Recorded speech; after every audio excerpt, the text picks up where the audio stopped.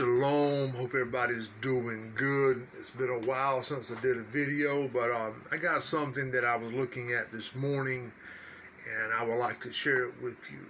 You know, a majority in the church, they look at John 3:16 and saying that Yeshua came to redeem the world. For it says, for God so loved the world that he gave his only begotten Son, that whosoever believeth in him should not perish, but have everlasting life. However, in John chapter 17, verse 7 and 8, it says,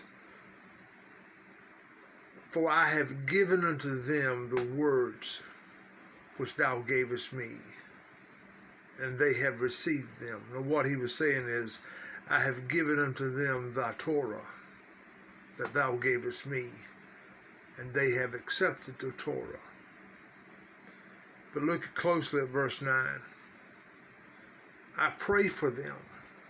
He said he's praying for those who've accepted the Torah. But I pray not for the world, but for them which thou hast given me, they are thine. You said, well, on the surface, you say that contradicts John 3:16. No, it don't contradict John 3:16, because Yeshua, who some of you call Jesus, was not sent to redeem the world. He said that he prayed not for the world, but to them to whom the Father had given him. Now, the question asks, why did Yeshua not pray for the world? That's a legitimate question. He did not come to redeem the world. He came to redeem the lost sheep of the house of Israel. The lost sheep of the house of Israel was the northern kingdom, the 10 tribes that were scattered throughout the 4 winds of the world, 4 corners of the world.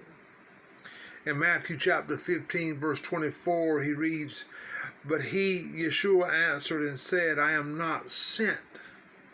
Listen, but I am not sent, but unto the lost sheep of the house of Israel.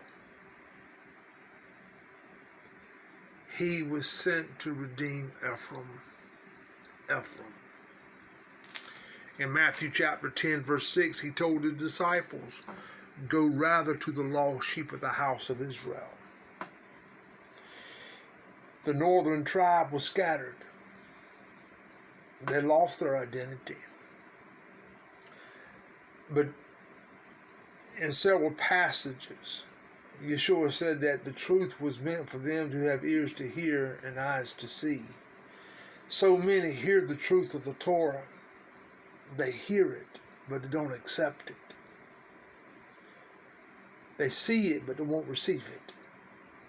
How do you know if you belong to the lost sheep of the house of Israel? When you hear the truth of the Torah, the instructions, something will register within you. Something, a spiritual light will come on, a spiritual understanding, that you will comprehend what it's saying, because there are so many people sitting in the church right now that are dry, and they're telling themselves, I'm missing something. There's got to be more to it than what I'm hearing on Sunday morning. And when they come into the knowledge of Torah, they receive it. They receive it. Something to meditate upon.